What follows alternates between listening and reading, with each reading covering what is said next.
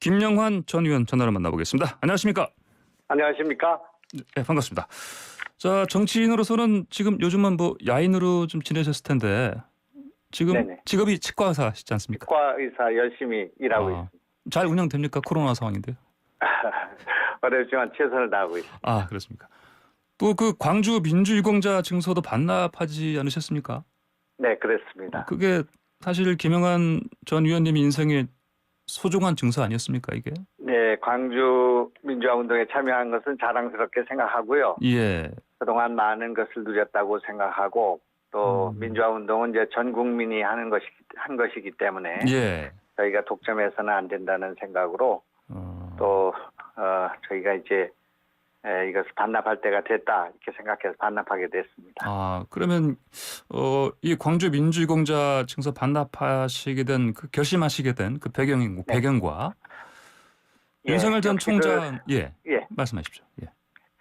역시 이제 광주 민주화 운동 유공자를 반납한 것은 제가 살아서 예. 광주에서 많은 분들이 희생됐는데 이 많은 특권과 그 권리를 누린 것에 대해서 부담을 느끼고 있던 차에 예. 국회의원 73명이 또 특별 입법을 해서 또 예. 2세들에게 취업과 또 여러 가지 특혜를 주는 그런 법을 만든다고 해서 이건 아니다 이렇게 생각을 해서 과거에 광주에서 죽어간 분들 또 희생된 분 부상당한 분들에 대한 이것은 모욕이다 이렇게 생각했기 때문에 이것을 예. 저지하기 위해서 제가 반납했습니다. 아, 그러셨군요. 그럼 이 반납하시게 된 방금 설명해 주신 이 배경하고요.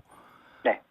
윤석열 전 총장을 이제 그 많은 야권 쪽 대선 후보들 가운데 지원하시겠다, 지지하시겠다 이렇게 고르신 이유하고 좀 통하는 겁니까? 네. 저는 이제 윤석열 총장을 잘 몰랐고요. 예. 또 저 살아온 삶의 궤적이 다른 분이기 때문에 지켜봤습니다마는 지난 1년 8개월 동안 이제 소위 검찰 개혁이라고 할까요? 추운 갈등 예. 또 조국 사태 이걸 보면서 살아있는 권력과 싸우는 그런 힘이라고 할까? 그런 의지, 그 외로움 이런 것들을 이제 많이 보게 됐습니다. 그래서 이분이야말로 이 정권 교체하고 나라를 바로 세울 수 있는 분이구나 하는 생각을 갖고 있었고 지금 나타나고 있는 걸로 볼 때도 윤석열 후보만이 좀 이길 수 있는 분이다. 또 싸워서 이겨본 경험이 있는 분이다. 이렇게 생각해서 지지했는데 예. 지금 검증이라는 이름으로 너무나 많은 핍박과 또 박해가 집중되고 있기 때문에 예. 그리고 아무도 이것을 막아설 수 없는 또 지금 현재 정당도 없고요. 또 캠프도 부실하고 그렇기 때문에 저라도 가서 도와야겠다 이런 생각으로 해서 자청하고 자원봉사하게 됐습니다. 자, 그런데 좀 듣지 않을까요? 이렇게 이제 캠프 합류하시면서 그 탈당도 고민하셨다고 들었습니다. 왜 그런 생각까지 하셨습니까? 저는 저 탈당은 생각하고 있지 않지만 예. 그러면 이제 당에서 볼 때 당내 후보들이 있는데 아직 당에 들어오지 않지 않았습니까? 예. 이제 그런 후보를 지원하는 것에 대해서 문제를 제기한다면 그것을 이제 감수해야 되겠다 그런 뜻에서 드린 말씀입니다. 아, 그러셨군요.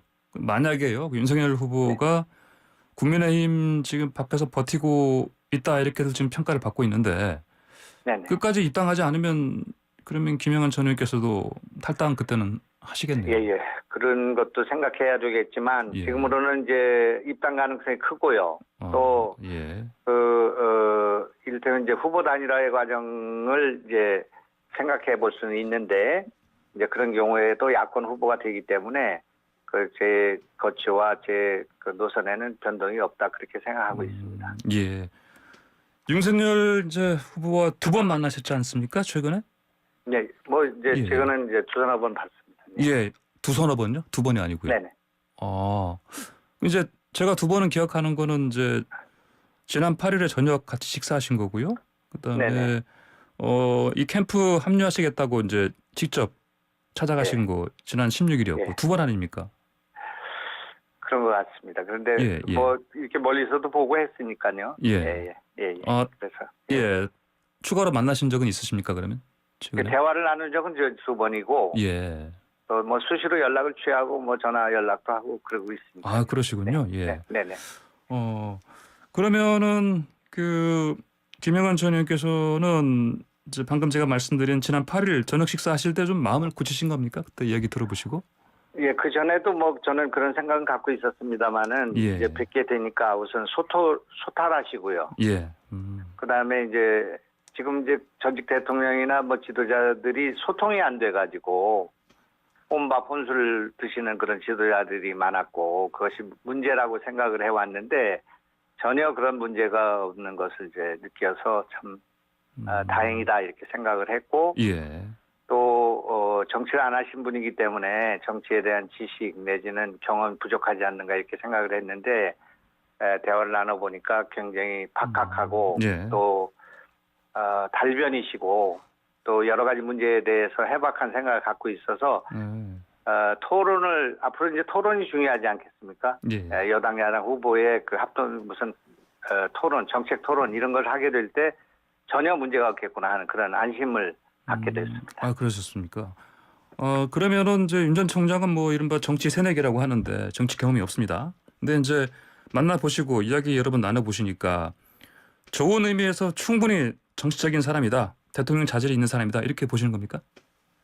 뭐 아무래도 경험이 부족하시니까요. 네. 제 얘기를 많이 했습니다. 제가 김대중 정부 50년 만에 정권 교체를 할 때 정세 분석 실장으로 4년 동안 근무를 해서 정세 분석, 여론조사, 또 선거기획 이런 걸 해본 사람이고 예. 또 안철수 대표의 대선 기획단장을 해봤다. 그리고 대통령과 김대중 대통령 시절과 안철수 대표 시절에 인재영입위원장 예. 이런 걸 해서 많은 인재들 네트워크 이런 걸 갖고 있고 또 제가 김대중 대통령 당선되시고 나서 취임사 작성 소위 간사로 취임사를 써본 경험도 있고 하기 때문에 예. 제가 갖고 있는 이런 경험들을 가져다 쓰십시오. 필요하다면 빈 구석, 굳은 일, 또 힘든 데가 있으시면 언제든지 저를 불러 쓰십시오. 이렇게 말씀을 드렸습니다. 예. 그러면 저 윤석열 전 총장이 매우 반기시던가요? 그 제의에. 예, 우선 뭐 예. 굉장히 반갑게 맞아주시고 따뜻하게 대해주셨지만 예. 또 구체적으로 무슨 일을 해달라 이런 말씀은 없으셨어요. 그러니까 아직 직책은 없으신데 앞으로 그럼 그래서 어떻게? 이제 제가 예. 자청해서 우선 이제 기자들한테 오는 전화를 좀 받아줘야겠다. 그런 예. 불만이 많기 때문에 아, 네네. 그래서 이제 기자들한테 오는 전화를 받고 꼭 리콜을 해드리는 일 거기서부터 자원봉사를 시작하고 예. 또 SNS 같은 것들이 지금 준비가 하나도 안 돼 있기 때문에 네. 우선 이제 거기를 자청해서 자원봉사자들 가지고 SNS를 좀 다듬고 영상을 좀 만들어 올리고 하는 그런 작업을 해볼까 생각하고 예, 공보나 홍보 쪽을 좀 돕겠다. 지금 당장은요. 네네. 그런 그리고 뭐 말씀이시네요. 나머지 이제 정무적인 네네. 판단 같은 것들은 뭐 예. 수시로 문자를 주고받고 또 코멘트를 할 수 있으니까 예. 그런 것도 많은 분들이 해주실 거고 그래서 저는 이제 남들이 하지 않는 굳은 일 또 별로 주목받지 못한 일 같은 걸 조용히 해야 되겠다 생각하고 있습니다. 그러시군요. 그 이런 조언도 해주셨을 텐데요. 아까 뭐 언급하셨던 대로 입당은 언제가 제일 적절하다고 이렇게 조언하셨습니까?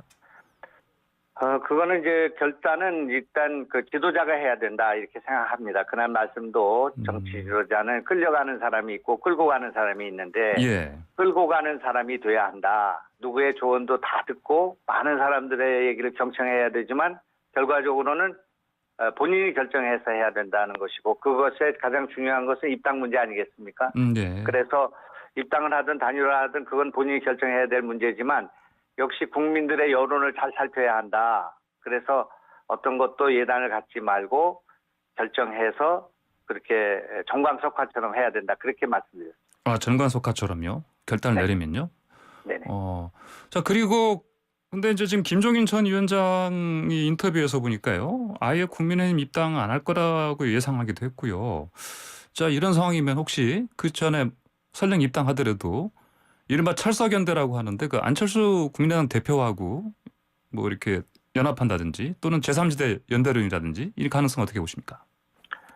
우선은 이제 단일화를 통해서 야권 후보 단일화 꼭 해야 되고요. 예. 그래서 이제 당 밖에 있으면서 단일화 추구할 것인지 당 안으로 들어가서 경선에 참여할 것인지 하는 문제는 유동적이라고 저는 생각하고 여론을 봐야 된다고 생각합니다. 그리고 국민의 요구를 잘 받들어서 해야 된다 이렇게 생각하고 있습니다만은 어떻든 3월 9일 이기는 게 지금 중요하기 때문에 예. 이기려면은 국민의힘만의 힘으로는 이길 수 없기 때문에 국민의힘을 지지하지 않지만 정권 교체를 염원하는 그 세력들을 다 묶어서 큰 이번을 만들어야 된다고 생각합니다. 예. 이제 그런 과정에서 안철수 후보와의 연대는 굉장히 중요한 사안이다.